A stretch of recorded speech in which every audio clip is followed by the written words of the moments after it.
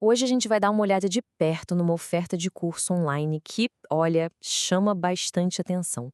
É um mestrado em neuropsicanálise clínica. A proposta é, no mínimo, intrigante e, por isso, merece que a gente entenda o que ela realmente significa. Então, vamos lá. Logo de cara, a primeira coisa que salta aos olhos na página do curso é uma baita contradição.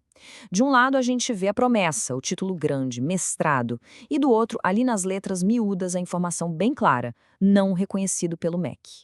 Ué, como assim? Como é que isso funciona, afinal?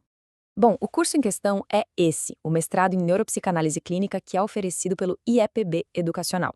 Vamos tentar entender direitinho o que eles prometem para quem decide se matricular.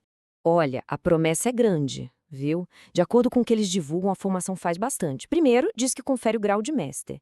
Depois, que a pessoa sai preparada para abrir a própria clínica, tanto de psicanálise quanto de neuropsicanálise. E não é só isso, não. Diz que habilita para trabalhar com todo tipo de grupo. O objetivo declarado é bem alto. Uma prática profissional e acadêmica de excelência. Certo, mas antes da gente seguir, vamos dar um passo atrás.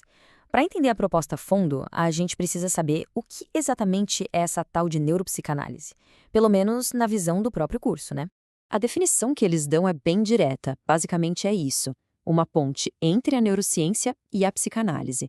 A ideia é juntar o que a ciência sabe sobre o cérebro com as teorias da mente, lá do Sigmund Freud, para tentar entender o todo de uma forma mais completa. E os objetivos são bem ambiciosos. Eles querem entender a base biológica, sabe? Por que a gente age, pensa e sente do jeito que a gente faz. É sobre criar esse diálogo, essa conversa entre as duas grandes áreas, para, no fim das contas, aprofundar o conhecimento sobre a mente humana e seus transtornos. E agora a gente volta para aquele ponto central, aquela contradição lá do começo. Como pode ser mestrado e, ao mesmo tempo, não ter o selo do MEC? Pois é, a chave para entender isso está em duas palavrinhas: curso livre. Isso tudo leva a gente para a grande pergunta que qualquer pessoa interessada faria, né? No fim do dia, esse diploma é oficial? Ele tem o mesmo peso de um mestrado acadêmico tradicional, aquele que a gente conhece das universidades federais e particulares?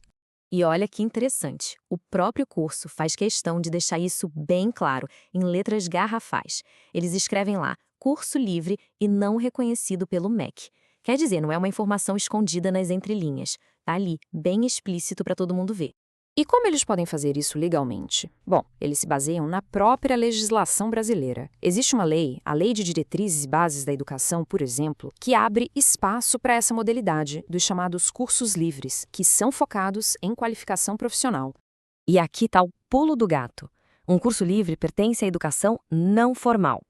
O objetivo dele é qualificar para o mercado de trabalho. Por isso, ele opera fora daquela estrutura de regulação do MEC, que uma graduação ou um mestrado acadêmico, o chamado stricto sensu, precisa seguir. São, na prática, mundos diferentes com regras diferentes. Beleza. Agora que a gente entendeu melhor essa parte legal, vamos dar uma espiada no que se estuda de fato nesse curso. O que tem no conteúdo? Olha, os números são bem expressivos, hein? A carga horária total é de 1.800 horas. Isso é bastante coisa. E tudo isso dividido em 30 matérias, ao longo de 6 módulos. E o melhor, tudo feito de casa, 100% online. E quando a gente olha as matérias, a coisa fica ainda mais interessante. Tem desde os clássicos que a gente esperaria ver, como metapsicologia freudiana e neuroanatomia humana, até umas coisas mais específicas e outras de nome bem surpreendente, como psicanálise quântica. Com certeza desperta curiosidade. E quem pode fazer esse curso? A lista é bem ampla. Abrange profissionais e estudantes da saúde, psicólogos, médicos, assistentes sociais, professores, mas o mais interessante é o último item: qualquer pessoa com uma graduação livre ou superior. Ou seja, a porta de entrada é bem larga. Certo, chegamos na parte, eu diria, mais crucial. Depois de todo esse estudo, o que a pessoa recebe no final? Que qualificação é essa na prática? O que o diploma representa de verdade? O processo para pegar o diploma é bem direto. Terminou os estudos, entregou a dissertação, pronto. A pessoa recebe uma versão digital, por e-mail, de graça. Agora, se quiser aquele diploma bonito, impresso, para pendurar na parede, aí tem que pagar uma taxa extra. E o valor é esse aí, R$ 79,90. Mas o detalhe mais curioso é o jeito que eles descrevem essa versão impressa.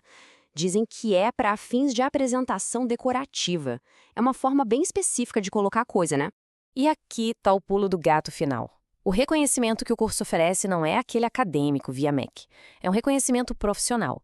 Ele afirma que quem se forma pode se registrar na CBO, a Classificação Brasileira de Ocupações, com o código de psicanalista.